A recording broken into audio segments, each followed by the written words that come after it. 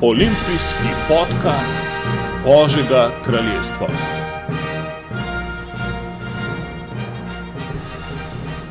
Haleluja, radi gledate tekme, teke, narodi tekmujejo, posamezniki tekmujejo in v bistvu mi smo v največji tekmi.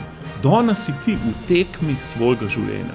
In poglejmo si v 1. Korinčanom 9:24, Pavel govori o tekmi in ena od stvari v bistvu v 25. vrstici prav vsak tekmovalec pa se vsemu odreče. Oni da prejmejo venec govene, mi pa nevenljivega. Se pravi, on pravi, odreči se vsega, kar bi te ovirali, da prejmaš nagrado. Se pravi, ne moreš zmagati, če sabo še en težek ruzak vlečeš. A si predstavljaš tekača, ki je tam šprinter, na sebi ima pa še 20 kil prtlage, pa ne vem kaj, vse bo še pogrešil med tekmo. Ne, odreči se stvari teme.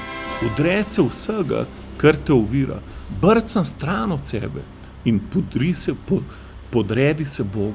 Sveto pismo pravi, podvržite se Bogu. Se pravi, ko se ti podrediš Bogu, daš njega na prvo mesto, potem pravi, in uprite se hudiču in pobegne od vas.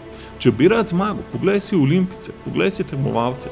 Oni garajo cel življenje, da pridejo do zlate medalje. In pol jih mi gledamo in rečemo, wow, lej ga tega Pogačarja, kako voz kolo. Lej ga Dončiča, kakšne koše daje. Ampak on je cel življenje podredil temu. Dajmo podrediti svoje življenje večnim nagradam.